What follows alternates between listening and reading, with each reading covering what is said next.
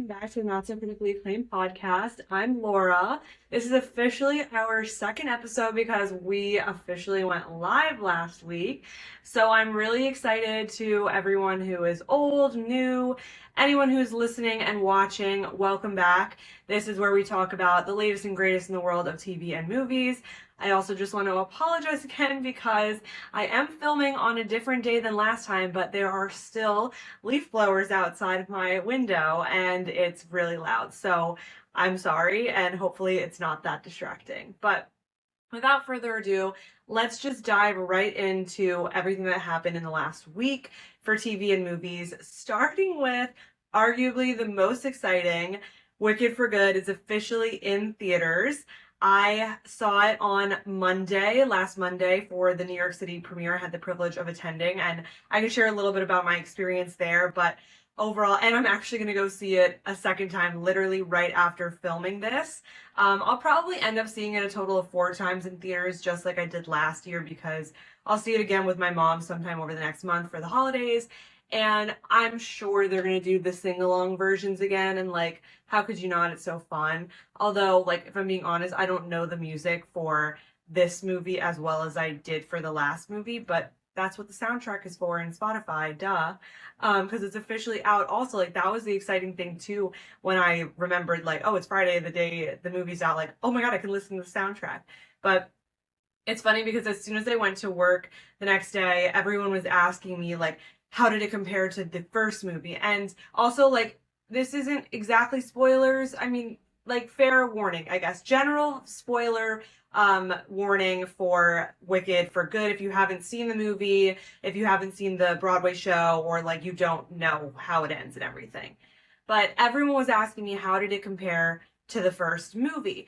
And my biggest thought was like, you can't compare just yet, because on the one hand, like, I've seen the first movie like 4 or 5 times compared to the second movie I've only seen the one time. Also, the second movie I didn't know as well. Like, granted, the first movie I feel like I didn't know that well either, but like, I saw the Broadway show back in 2018, so about 7 years ago. Almost 8 actually, because I saw it at the beginning of 2018, I remember. It was my spring break.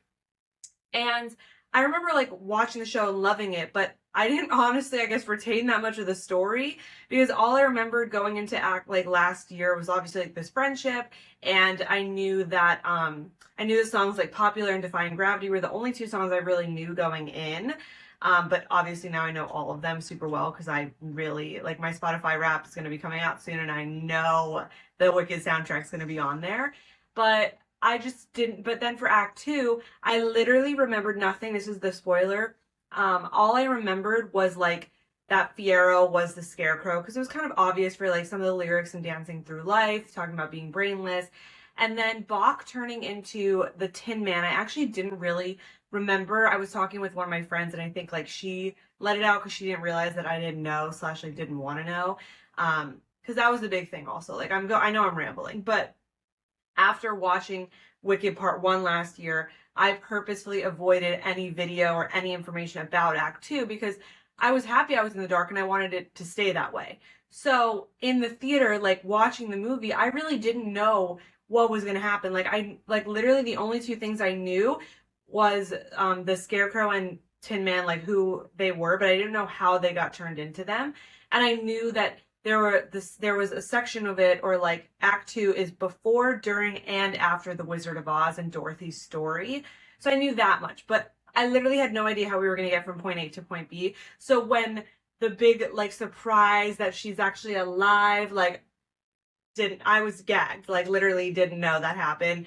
And I didn't know which songs were at which time. So like, I was whispering to my friend, like, oh, is this, like, this is going to be the new song? She's like, no, this is old. I was like, oh, okay. I like didn't know when things were happening. So needless to say, you can't compare them for right now. Give it a few more times. The second movie is much darker. A lot more happens, you could say, actually. Like, way more happens. And you can't, like, they're needed together. It's one story, you know, like, you can't have one without the other, I guess. It's just, they go together. But as for my experience at the premiere, I was obviously like extremely privileged to have been in the room, to have been able to see the movie earlier than a lot of people. And also, like, I did make a vision board for the beginning of 2025 for like manifestation things I wanted to happen. And the number one thing was to be invited to the Wicked premiere. And I think it was honestly like looking back on the video, I feel like it was the only thing that I actually accomplished. So the fact that like not only did I accomplish, like this was the only one I accomplished, this was the one I wanted to accomplish. So that was like really, really exciting. I got to bring two of my best friends who are huge Wicked fans. Like I feel like they deserve to be there more than I did because the two of them like grew up in New York, whereas I didn't. So like they of course saw Wicked as little girls and had a very like formative experience with it, compared to me like who saw it at 20 years old. Not that like I don't love it, but I just feel like it means more to them. Like when I watched the movie last year, for the first time I brought one of my friends and one of these same friends. And when like, spoiler alert, if you haven't seen Wicked Part 1, when Idina Menzel and Kristen Chenoweth came into the theater, or not came into the theater, but were in the movie, like she started bawling. And then funnily enough, the next day we went to a Netflix event for, like the new Christmas movie, and Kristen Chenoweth was in the movie. So she was at the event and we got to like speak to her about Wicked and whatever. And it was like crazy experience. But yeah, so really honored to have been in the room for Wicked for Good. But I want you guys to know and like level set, it was not the most like glamorous of event, at least from my experience. Like I know there are other influencers who did have a more glamorous white glove experience, and not to say that I'm not grateful. I just want you guys to like see the other side of creators and whatnot. Like I still had to wait. I had to wait in line for like an hour and a half till I got my tickets. Like half of the time it was inside, half the time it was outside, and it was freezing that day. Also then once we got like in the box office, there was clearly something wrong. There were like the line was at a standstill and they weren't telling us what was going on, and there was clearly something wrong. And we were getting nervous because it was getting much closer to the time that they said the movie was going to start. And then we were even getting to a point where like, oh my God, are our tickets like not guaranteed? Like we're here, we're all dressed up. We went out of our way for all this stuff. And then, but luckily we got our tickets, but we did have to like run over to the other hall, because there were two halls with two screenings. Ironically, the screening that had all of the big influencers and even some of my mutuals and stuff was not the screening where the cast came out. They did a little like live stream of the cast coming out. I was in the theater where the cast came out, which was pretty cool. I mean, granted, we were in like the fourth ring balcony at Lincoln Center, but again, it doesn't matter. We were in the room. And so Mark Platt, who is the producer of the film, he got up and introduced, John M. Chu, the director of the film, of course. He talked about the experience making it, how he had 3 kids in the time that the movies were made. And then he did give a shout out to Stephen Schwartz, who is obviously the composer of the music in Wicked, who was in the audience, as well as Winnie Holtzman, who wrote the stage play and everything. And then he introduced all of the cast members came out: Ariana, Cynthia, Jonathan, Michelle, Jeff, like literally all of them. And they came and stood in front of the screen and just like, and some of them did sit in that audience then, like Bowen Yang did. And then they played the movie. And like the thing I love about going to premieres and events like this is like, I know how people have a very big opinion about clapping in the theaters, and you shouldn't, or maybe, I don't know, but like it's kind of the same like when a plane lands, like, oh, the people that clap afterwards. But because like the people who worked on this film are in the movie, it's like really special, and that's why like they let the whole credits run before the lights go up. And so we were there like hooting and hollering during As Long As You're Mine and kicking our feet and like gasping, like holding us back and everything. And then I cried just as hard at the end, as I did in part 1. Like my makeup was totally smudged and I had to clear it up because. And after the movie, we went downstairs, and first of all, in the lobby, they had Elphaba's black dress and then Glinda's like blue, purple, sparkly dress on display. And we saw all of the little girls that played young Elphaba, young Glinda, and young Nessa Rose in the lobby. And they were so adorable, like so cute, so excited to be there. It was just really, really adorable. And then we went outside and we got access to the carpet. So the carpet, of course, is like the end all be all when it comes to premieres. You know, that's the exciting thing, to like see people and to take your pictures and stuff. So I didn't get to see any of the celebrities because, like I said, we were waiting in line for our tickets. But I know like the other bigger influencers and stuff were in like a reception, and they had this like open terrace that looked out over the carpet, and that's how you could spot the stars. But we got on the carpet afterwards. We got to take all of our pictures. They had 1,000,001 different like backdrops. And they had a car actually on the carpet that was you could do like karaoke inside. We didn't, but it was just like really fun. So overall, such a surreal experience. Like truly one for the books, and I can't wait to see the movie many, many times over. And I will be doing, like I said, I'm seeing it again right after this. So I'm going to do like a lot of short form content about Easter eggs and parallels and stuff. So make sure to follow on TikTok and Instagram if you're not doing so already at Not So Critically Acclaimed. So that is Wicked for Good, which was obviously huge for this week. The other biggest thing that happened this week, we're not going in chronological order also because we're going based on excitement. On Thursday, November 20th, which was 1 year till November 20th, 2026, when Sunrise on the Reaping is coming out, we got the trailer for the Hunger Games Sunrise on the Reaping, or like the first official teaser trailer. It was like, it's not that long, it's like 2.5 minutes, and there's not much dialogue in it, but oh my god, it was so exciting to get. Like, I didn't know we were getting it today. Like, I woke up that morning, I went on Instagram, and I saw the movie poster, and I was like, okay, excited, repost to my Instagram story. Then I kept scrolling, and I saw the teaser trailer. I literally was still lying in bed, and I put my phone down on my nightstand. I was like, I'm not ready for this. Like, I'm not ready for this. I needed to record. I wanted to record my reaction, and I was just like not prepared to have this soon. And I'm a huge Hunger Games fan. Like, arguably one of my favorite franchises, one of my favorite worlds. Like, the way I am about Wicked this Thanksgiving in November is the way I will be about Sunrise on the Reaping next November Thanksgiving. Okay? Now, if I don't know who cares about this, but I'm going to share my experience with the Hunger Games franchise because it relates to like the book and what's happening and all that stuff. So obviously the Hunger Games books came out years ago. I remember reading the first Hunger Games book when I was in 8th grade. Our English class had a little like library where you would rent out books, and everyone was renting out the Hunger Games. I had no idea what it was about. I thought it was maybe about like famine or something based on the name, but I just knew it was very popular. And then that March of 2012 is when the very first Hunger Games movie came out. I honestly couldn't tell you if I read the book before or after watching the movie. I have no memory. But obviously watched the first movie, loved it.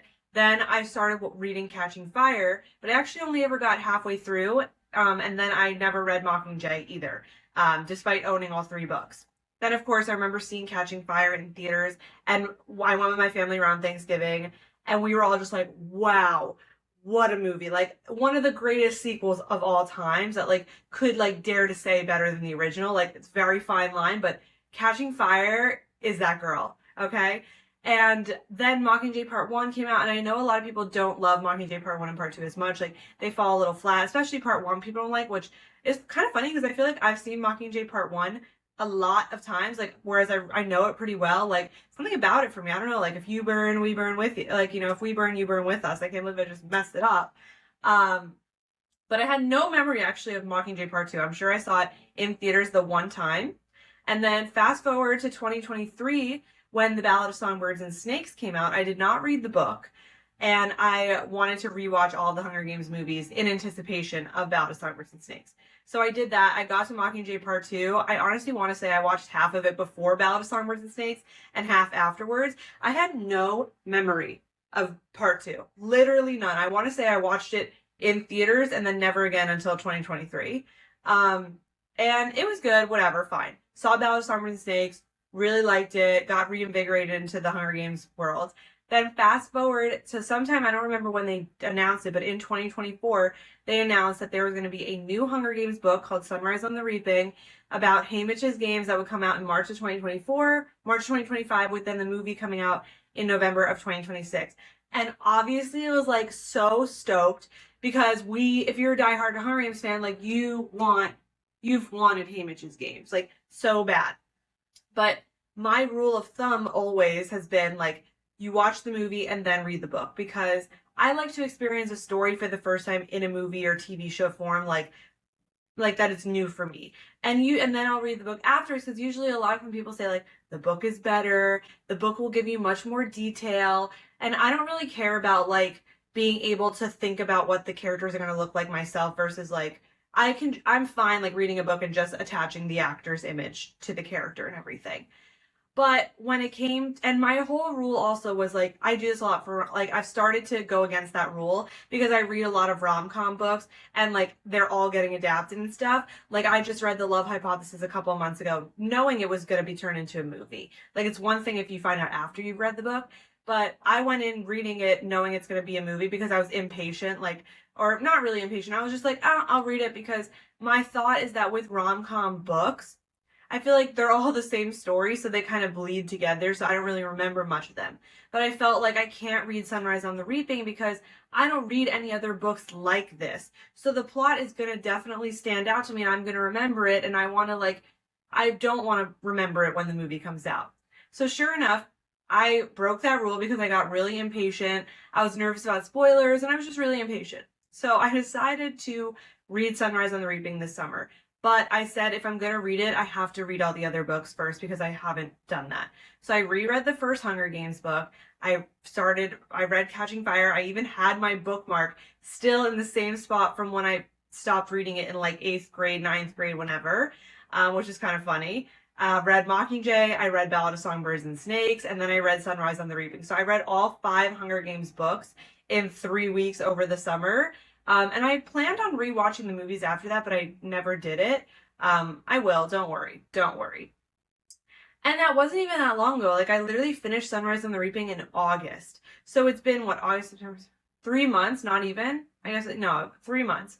And sure enough, the trailer for Sunrise on the Reaping came out, and I remembered the big things about Haymitch. Could I name another character? No.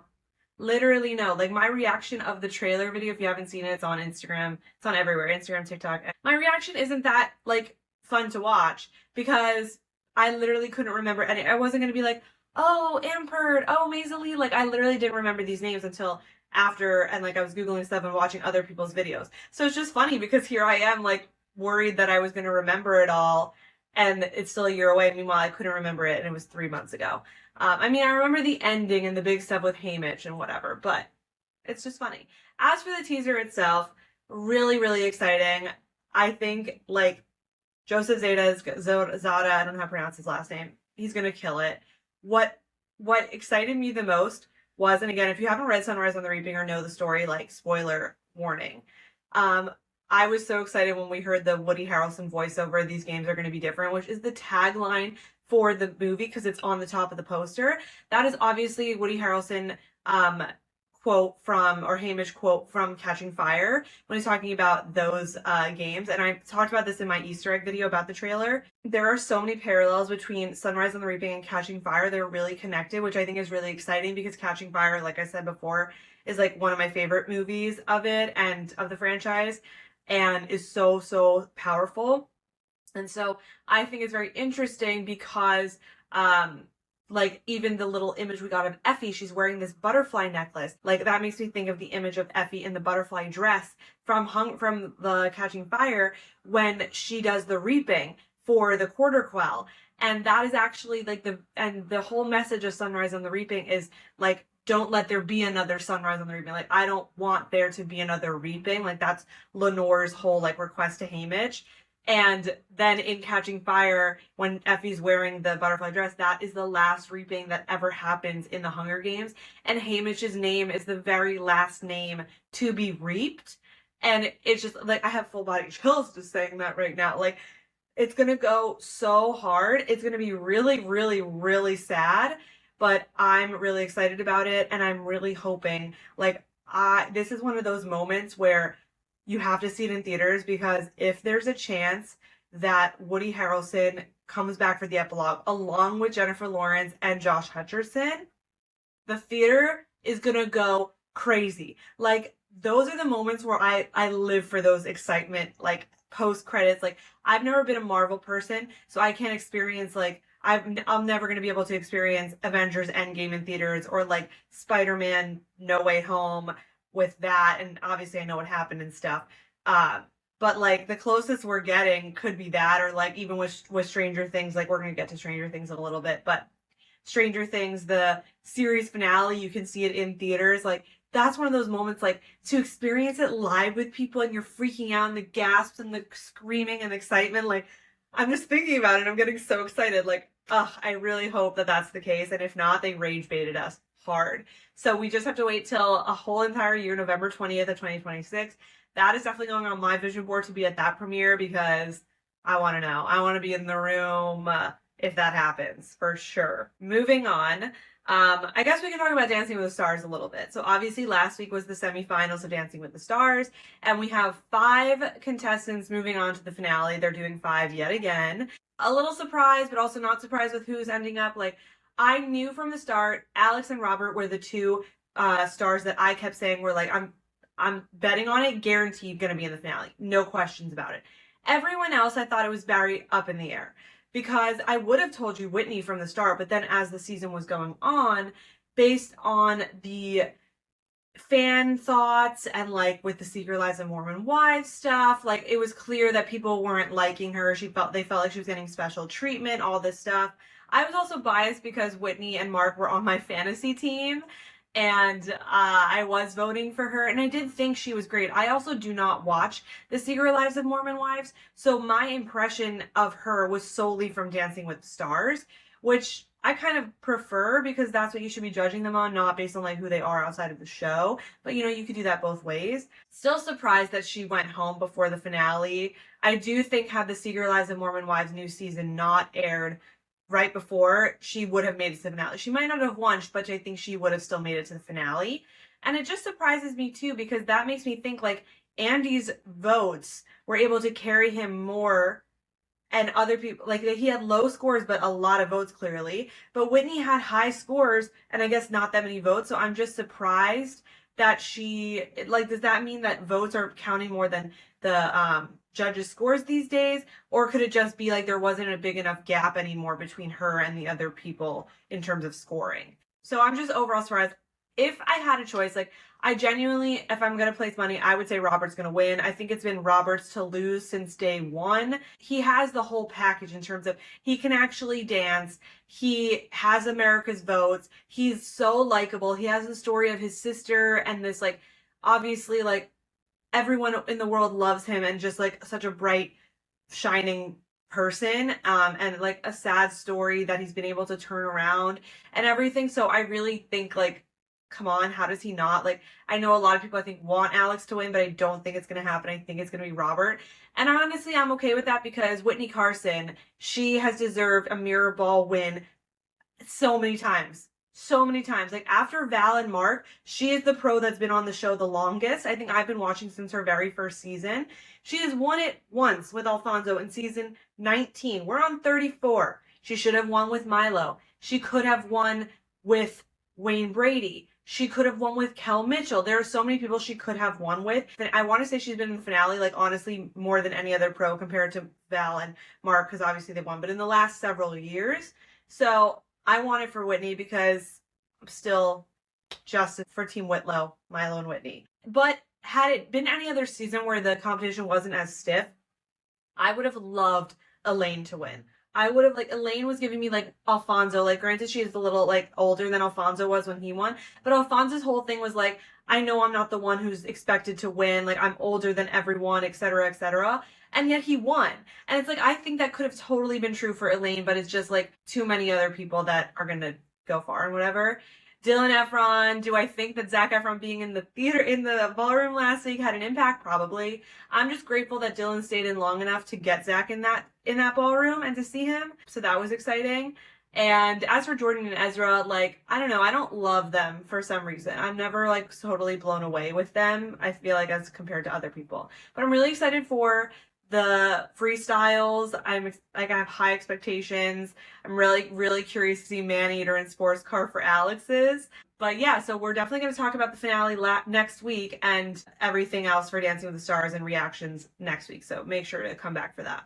Then we also got the first teaser for the live action Moana remake that comes to theaters next summer. It was pretty short, but overall, like, it's looking stunning, okay? I love Moana. Moana is one of the newer princess, I guess, and animated Disney movies that I have seen several times and really enjoy, honestly. I remember watching it like, I want to say I was in college. I feel like I watched it like my junior year of college. Specifically, I watched that and Coco back to back. And I loved it. I thought it was great. The music fits fantastic. I did love Moana too, but I am excited. It looks like it's going to be beautiful. Just like the beach and the water and everything. And I did watch the teaser again right before filming this, and I got like chills again. My biggest takeaway from the teaser trailer was, oh my god, this new actress, I'm sorry, I don't know her name, but the new actress playing Moana sounds exactly like Aulai Carvalho, who, if you don't know, was the voice of Moana in the animated film. Like, I'm hearing her sing How Far I'll Go, and I'm like, am I tripping? Like, it is the same vocals. And then at the very end, they finally show Moana for the first time. And when she says, I am Moana, you know, that part of the song. And I was fully expecting to, like, I wouldn't have believed it was someone else till that moment and I saw it was this other girl. But I was like, I fully expect to see Eloise. So honestly, I have high expectations for it. I know people don't love every live action remake. I do think it's been, I mean, I guess this one came out in what, 2016 probably? So it'll be like 10 years by then. But obviously compared to like Little Mermaid came out in 2023 and it had been, you know, it was like 30 years at that point, more than that. I'm excited for it though. That comes out July 10th next summer, so that'll be exciting. And then the last thing that was announced this week, I think I remember seeing it already announced, but maybe they just got more of the cast, so they were talking about it. But The Bodyguard by Catherine Center is a rom-com book, and it's getting adapted into a movie for Netflix, starring Leighton Meester and Jared Padalecki. So we've got another CW crossover of Gossip Girl and Supernatural. But I'm saying I do remember this movie getting announced for an adaptation. I read the book like a couple of years ago. It was cute. I think my thought for it though is maybe two things. One, they were in this little announcement, they were saying that they are working on a new title for the movie because The Bodyguard is already a really famous movie with Whitney Houston. So they want to get a different name. That way people aren't confusing it and stuff, which I think is smart. And two, I don't remember 100% if it's set in the holiday season in the book. I'm sure it is, but maybe that's why they're announcing it now, because it seems like maybe this will be the Netflix, one of the Netflix holiday movies for next holiday season, because the premise of the book is basically the man is this famous actor and the woman is his bodyguard that gets assigned to him because he has like some stalker or something. And he's going home to like a small town with his family for the holidays, and the bodyguard has to be with him, but he doesn't want the family to know that he's at risk and they're at risk and stuff. So they lie and say that the bodyguard is like his girlfriend. So there's like fake dating tropes. So I think they're talking about it now though, because again, it's set in the holidays and obviously it's holiday season now. So they're giving like a little tease for maybe a Netflix Christmas movie for next holiday season. Some of the other cast members include Noah Lalonde, who of course is from My Life with the Walter Boys. He plays Cole. And then also Andy McDowell, who's just like a legend and an icon. So I'm intrigued. I definitely liked the book. So hopefully it gets done justice in a movie format. But yeah, so those are all of the things that happened this week in the world of TV and movies that I thought was worth talking about. As for what I've been watching, honestly, not much has changed in the last week. I'm still rewatching Stranger Things, the final season. I did make a lot of headway though, because a lot of people have been getting antsy on my last video for season 3 recap, that they're like, where's season 4? Where's season 4? Like, I know, but you guys have to understand, of course, that season 4 is so long. The episodes got way longer for season 4. The finale is 2.5 hours. So it definitely took me a little bit more time, but I am up to the finale now. I really like hammered down the last 2 days and watched a good chunk. So I'm on the last episode of season 4. And I honestly think I'm going to have to split it up into 2 videos for recaps, because way too much happens. Way too much happens in this season. And it's funny because I remember thinking when I watched season 4 for the first time 3 years ago, whenever it was, that I was like, oh, it's not as good as season 3. But then when I rewatched it all this year, I don't know, I think season 4 is better than season 3. Like, it was just, it's in a category of its own, honestly. But yeah, so I'm almost done with that. And then really, I haven't watched anything else. And then movie-wise, I did see Now You See Me, Now You Don't in theaters the other day. Loved it. I gave it a five stars. Truly one of the really fun movies. I wanted to rewatch the first 2 movies going into it, but I didn't have the time, so maybe I'll do that now or like in the next few weeks or something. But I loved it. Loved it. Like I love the magic element. I love the heist element. I love the like team coming back together. The fact that they were able to get the entire cast back, and this isn't like a little like no, it's a large cast and it's an iconic cast. Like Woody Harrelson, Dave Franco, Jesse Eisenberg, Isla Fisher, Morgan Freeman, like crazy, crazy. And there are some surprises in the movie. I'll give you that. There are some surprises. My biggest takeaway though, like, was Rosamund Pike's South African accent was really bad, really bad. But I loved the movie, like truly loved it. Lived up to my expectations. I didn't have too many because I didn't really remember the other two, but I remembered like enjoying them, and I loved it. And it was like exactly what I wanted. So good job, Lionsgate. But yeah, so that's kind of it for what I've been watching.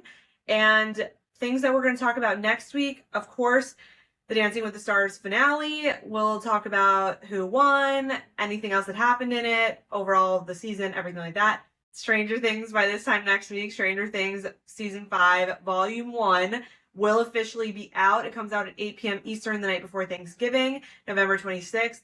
I'm so excited. Rewatching it was definitely the move. Like, I'm sorry if you didn't rewatch it, you kind of are missing out. Like, it's going to be so much more impactful now that I've rewatched it. I just think it's such an epic show. So we'll talk about Volume 1 and then maybe some predictions for Volume 2 and stuff. And then also, it'll be Sideline the 2 Intercepted, which is the sequel to Sideline the QB and Me, which is the movie on Tubi with Noah Beck and Sienna Agudong. It's a rom-com that comes out on Thanksgiving Day, which I'm personally very excited about, as I love my Thanksgiving rom-com movie watching tradition. I always watch Turkey Drop, if you've never heard of it, on Thanksgiving, and I'm going to be watching Sideline to QB and Me, the first one, and then also the second one. And then once we get back from Thanksgiving, it'll be December 1st, and I'm a purist. I wait to watch all of the holiday movies until it's December, so I haven't watched any of the new Netflix Christmas movies or the Jonas Brothers Christmas movie, so I'm going to lock in, and I'm really excited. So hopefully you got some stuff out of this that you were excited about, could relate to.